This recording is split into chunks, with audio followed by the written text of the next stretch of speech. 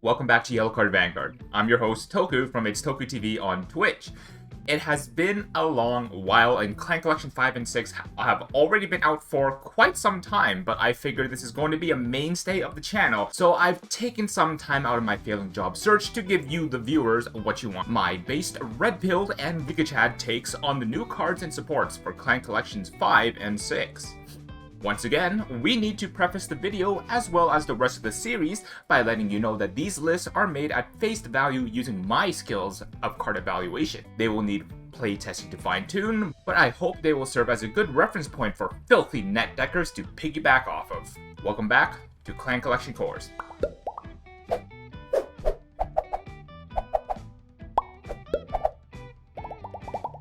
Gear Chronicle is back to take their place in the game's meta once again, but this time it's the Steam Maidens taking center stage instead of Chronojet.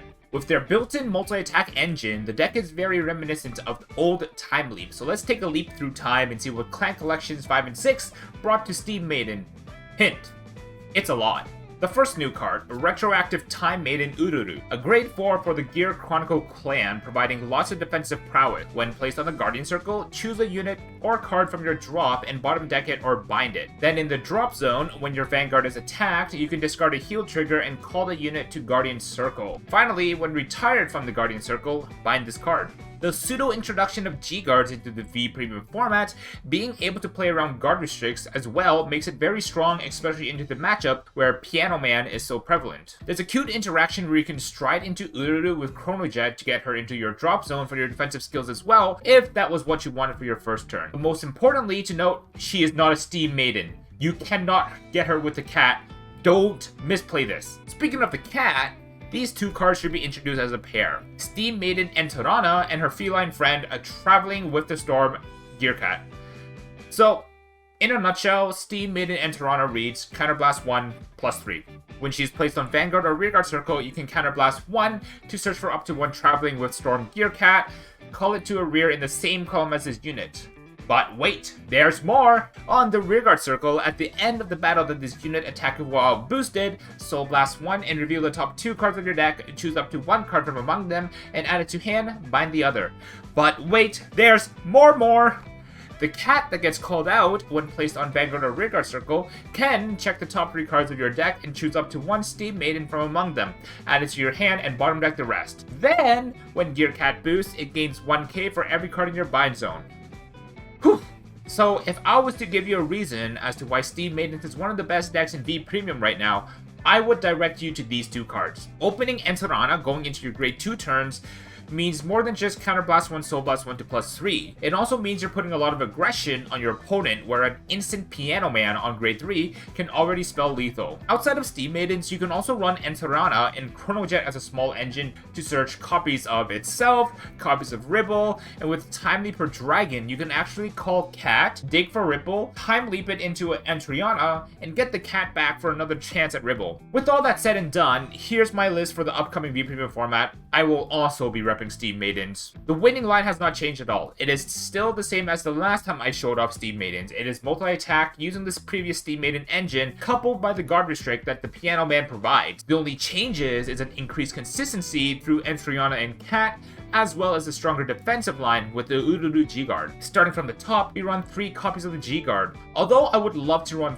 4 to get the mutation for when Hope on Dump and the Piano Man are live, slots make it more efficient to only run 3. In our grade 3 slots, we run our main engine Steam Maiden Elo, our steam engine conductor if you will. To be honest, I found myself crowded on the board sometimes thanks to Entriana's Counterblast 1 plus 3. Elo's first skill, good as it is, I sometimes find it stifling that I'm forced to call a Steam Maiden if it is in the bind zone. I found now more important is her second skill to get a free jump, as I'll call it. Jumping a grade 0 Ururu into the grade 1 for the refund is very strong. But more importantly is that thanks to Entriana's existence, we have another grade 2 Steam Maiden that we can jump into Colossus in the bind zone if we didn't have one in hand going into the battle phase. Also, Elo gets huge. Holy moly does she get huge. Now that we have a stronger bind engine with the inclusion of Entriana as well as our Ururu G-Guard, Elo scales very quickly.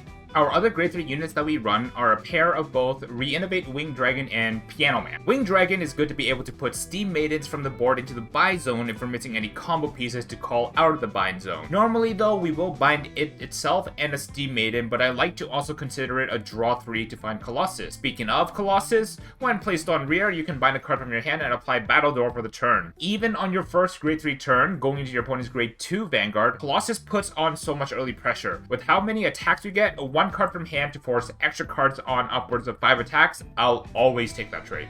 In the grade 2 lineup, a full set of the 2 grade 2 Steam Maidens in Elul and Triana, as well as 3 copies of Nabu. So to note is that we're running a third Nabu over only 2, so we have a higher chance of opening an extra grade 2 beside Antriana in our hand. Our first counterblast we want to be able to use for Antriana and get the full value out of her, so an extra grade 2 to ride is very important. Nabu being able to set up our bind zone as well is just a very good unit in this deck. If we can soul blast her and get her back into the bind zone, we can get a good costless resource engine by free jumping the grade 1 Elul into Nabu and also getting another draw off. Then in our grade 1 line, 4 of the cat, 4 of Elul, and 3 Lost Gear Dog 8. Though we want to ride Elul for her bind and draw skill, riding Gear Cat is just as good now, giving us an extra 4 grade 1s that we can look to ride. And 8 is honestly the best version of a grade 3 fixer, being able to also move the grade 4 Ururu from hand to drop zone and exchange it for whichever grade 3s you're missing is very good tech.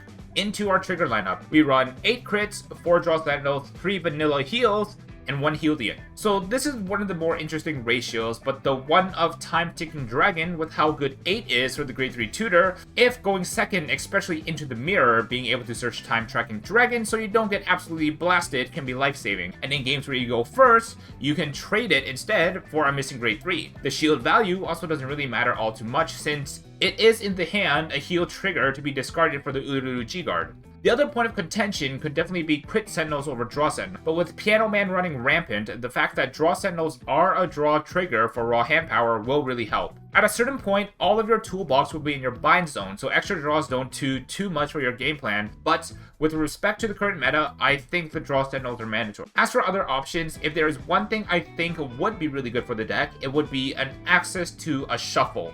Between Reinnovate, Cat, and Triana Soba skill, all of our deck interaction is from the top and moving cards to the bottom. And without a shuffle to reset our triggers, our offensive power could artificially be hampered. Something like maybe a 1 or 2 of Steam Scaler Kurunta. Not only can Kurunta shuffle our deck, Kurunta can get rid of an intercept on your opponent's board and exchange it for a Piano Man from your deck to get the Battle Door turned on. Apart from that though, I don't think there's much to talk about for alternative. The deck is pretty much set in stone now. 4 of all the Steam Maidens and all of the best auxiliary cards fill out the slots.